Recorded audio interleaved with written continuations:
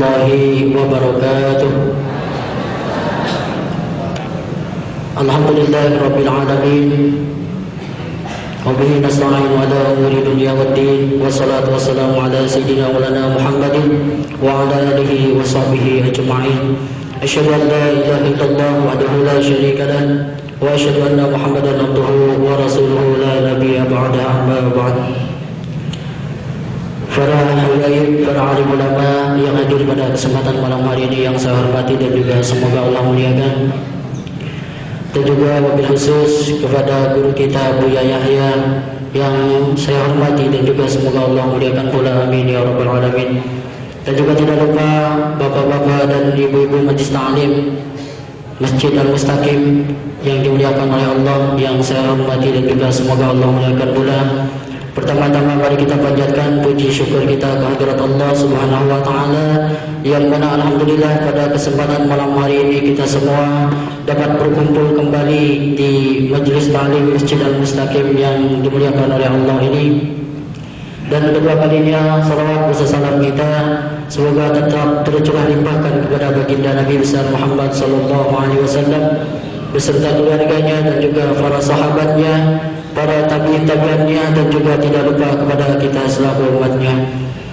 Para hadirin bapak-bapak dan ibu-ibu majlis taklim yang dimuliakan oleh Allah, pada kesempatan malam hari ini seperti biasa mari kita awali untuk pembukaan pengajian pada kesempatan malam hari ini dengan bersama-sama membaca surat Al-Fatihah. Ala hadiyah wa ala kulli niyatin shalihatin. Al-Fatihah. A'udzu billahi minasyaitonir rajim. Bismillahirrahmanirrahim. Alhamdulillahirabbil alamin. Arrahmanir rahim. Maliki yaumiddin. Iyyaka na'budu wa iyyaka nasta'in. Ihdinas siratal mustaqim. Shiratal ladzina an'amta 'alaihim ghairil maghdubi 'alaihim waladdallin. Terima kasih Bapak-bapak dan ibu-ibu majlis taklim yang dimuliakan oleh Allah. Mari kita bersama-sama untuk mendengarkan tausiah, yaitu dengan tema meneruskan itu apa itu bid'ah, dan kelanjutan tema yang minggu kemarin yang akan disampaikan oleh guru kita Buya Yahya. Kepada beliau waktu dan tempat kami persilakan. Bismillahirrahmanirrahim.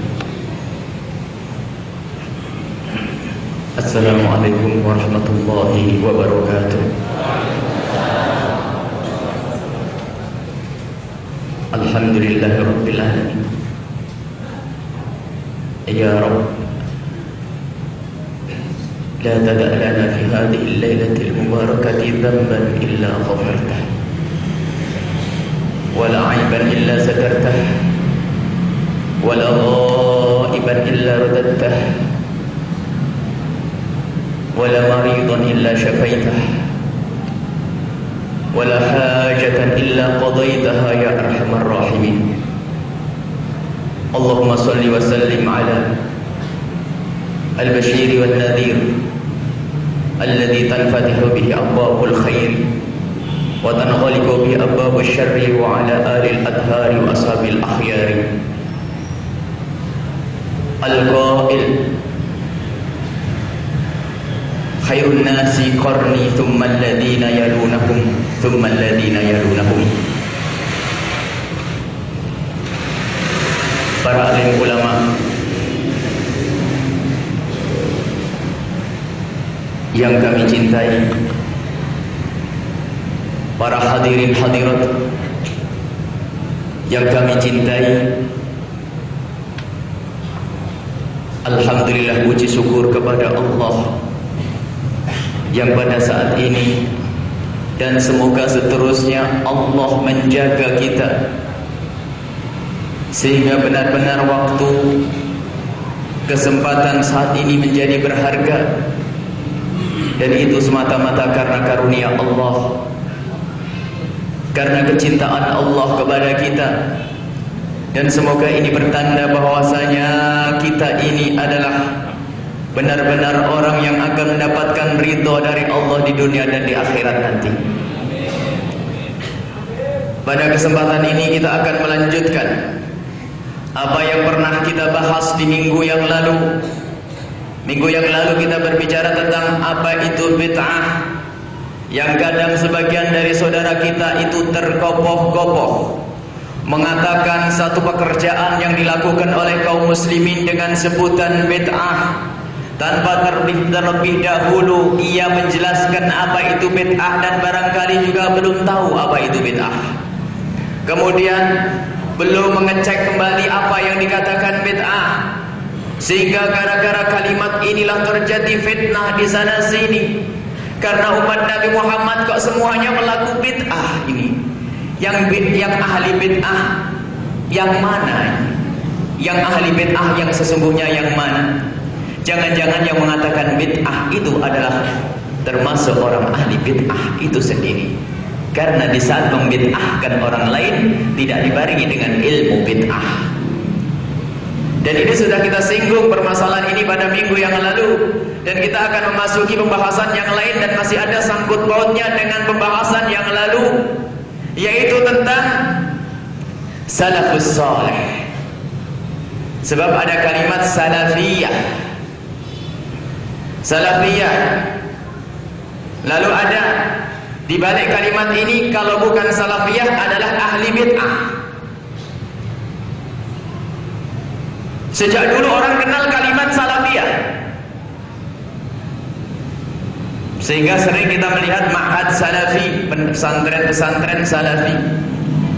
Sebelum terjadinya fitnah bid'ah, tidak ada permasalahan di sini. Akan tetapi setelah terjadinya fitnah bid'ah ini, ternyata kalimat salafiyah ini harus dijelaskan kembali, karena lagi-lagi ada kalimat haqqin urida bihal batil. Jangan-jangan ada kalimat indah, istimewa, bagus, tujuannya adalah tidak baik. Orang harus tahu apa salafiyah. Kita semua ini salafiyah insyaallah, amin. Akan tetapi ada sebagian orang mengatakan dirinya salafiyah, tetapi begitu mudah mencaci orang lain. Maka di sini kita harus menjelaskan dari mana kalimat salaf ini mula muncul kalimat salaf ini dari mana. Dan salaf itu secara bahasa adalah terdahulu, seperti qablu, seperti terdahulu. Salaf itu artinya khalaf, nyusul berikutnya ba'du. Salaf, qablu, khalaf adalah ba'du. Dari segi bahasa seperti itu.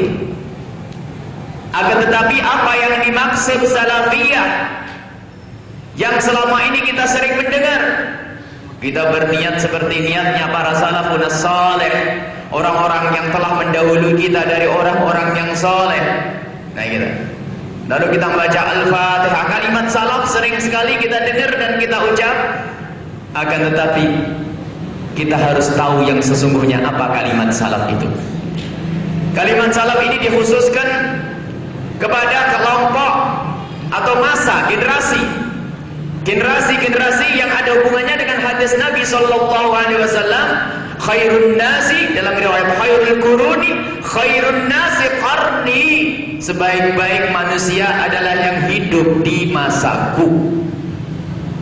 Zaman Nabi Muhammad sallallahu alaihi wasallam, yaitu zaman sahabat Rasulullah sallallahu alaihi wasallam. Tsumma alladziina yalunahum, generasi kedua. Kemudian generasi yang mengikuti para sahabat Rasulullah, yaitu generasi tabi'in. Tsumma alladziina la yalunahum, tsumma alladziina yalunahum, ini yang ketiga. Kemudian yang mengikuti para tabi'in, atau dengan bahasa lain sering kita sebut tabi'it tabi'in. Ini adalah generasi salaf, sesuai dengan apa yang disabdakan oleh Nabi sallallahu alaihi wasallam. Dan yang harus kita ketahui bahwa sungguh kalimat yang luar biasa indah dari Rasulullah, generasi sahabat tabi'in dan tabi'in ini digelari oleh Rasulullah sebagai khairun nasi, sebaik-baik manusia. Sebaik-baik manusia. Dan makna kebaikan ini sangat mudah untuk dicerna. Kalau zaman sahabat Nabi sebaik-baiknya masa, karena apa? Ada Nabi Muhammad sallallahu alaihi wasallam. Ada nur, ada cahaya Nabi Muhammad yang memancar di hati para sahabat Rasulullah. Kedekatan dengan sumber hikmah, kedekatan dari sumber wahyu, sumber syariat, kedekatan dari penerima wahyu. Ini yang menjadikan mereka menjadi sebaik-baik umat, sebaik-baik generasi. Dan kita ingatkan beberapa waktu yang lalu bahwa kalau sudah ada hubungannya dengan Nabi Muhammad akan menjadi paling baik. Kita ini menjadi paling baiknya umat karena kita ini sambung kepada Nabi Muhammad. Maka segala sesuatu yang ada hubungannya dengan Nabi Muhammad akan menjadi paling baiknya sesuatu. Cara berpakaiannya Nabi Muhammad, paling bagusnya cara berpakaian. Sahabat Nabi Muhammad, paling bagusnya sahabat. Keluarga Nabi Muhammad, paling bagusnya keluarga. Cara makan Nabi Muhammad adalah paling bagusnya cara makan. Cara berjalannya Nabi Muhammad, paling bagusnya cara berjalan. Lah ini makna kebaikan ini karena nyambung kepada Nabi Muhammad. Dan khairul quruni atau khairun nasi qarni, sebaik-baik generasi adalah generasi yang hidup bersamaku, sabda Nabi Muhammad. Karena apa? Di situ ada Nabi Muhammad.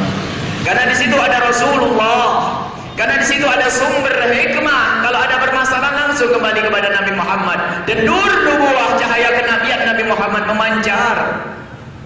Dan inilah yang disepakati ahli Islam bahwasanya generasi sahabat adalah generasi yang paling mulia. Tsumalladzina yalunahum, kemudian mereka yang menyusul generasi para sahabat yaitu generasi para tabi'in. Dan juga sangat mudah untuk dipahami makna kemuliaan ini. Para tabi'in mulia karena bersambung dengan orang yang bersambung dengan Rasulullah.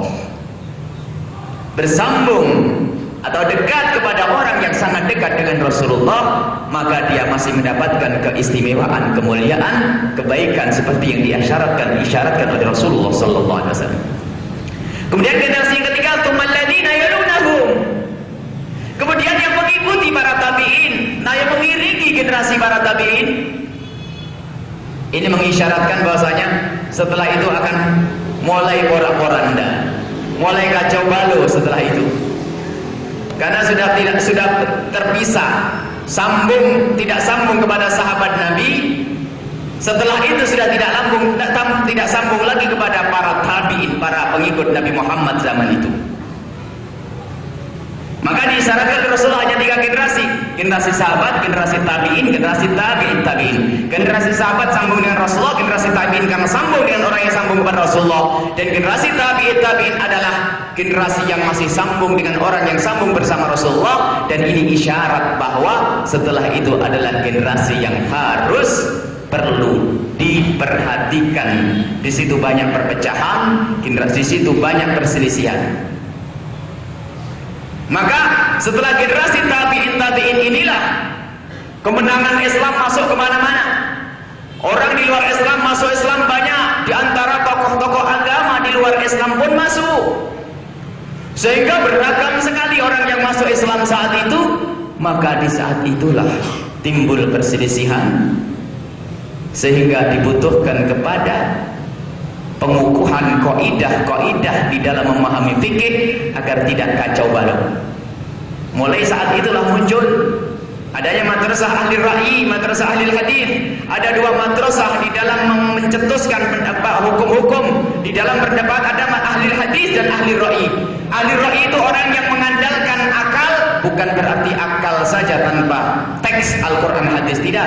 Akan tetapi mengedepankan akal dalam hati. Akal betul-betul mendapat porsi bagian yang luar biasa banyak di dalam memahami teks hadis dan teks Al-Quran. Kemudian ahli hadis sudah sangat jelas dari bahasanya bahwasanya mereka adalah cenderung pengumpul hadis-hadis yang luar biasa banyak. Di antara keduanya ini ada sebabnya. Kenapa ini cenderung kepada hadis, ini cenderung kepada pendapat. Nah, sebelum kita memasuki pembahasan, sebelum kita memasuki masa mulainya terjadi perbedaan, mulainya terjadi pertentangan yang banyak di antara kaum muslimin, kita akan kukuhkan kembali kepada makna generasi. 3 generasi yang dikukuhkan disebut oleh Rasulullah sebagai generasi yang baik. Khairul quruni qarni, tsumalladzina yalunahum, tsumalladzina yalunahum.